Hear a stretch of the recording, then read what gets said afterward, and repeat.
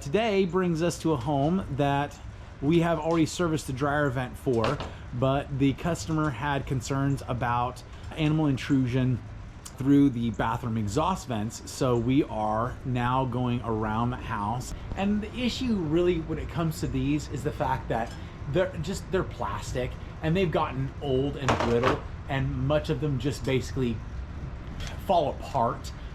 Several of them that we've already replaced had veins that were already snapped or broken, just simply because birds have gotten kind of up into them just to perch, and because they were already brittle, they just basically were crumbling apart.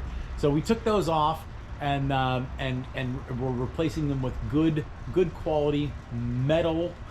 That's the key word, metal, and it's powder coated as well, so it lasts a very long time.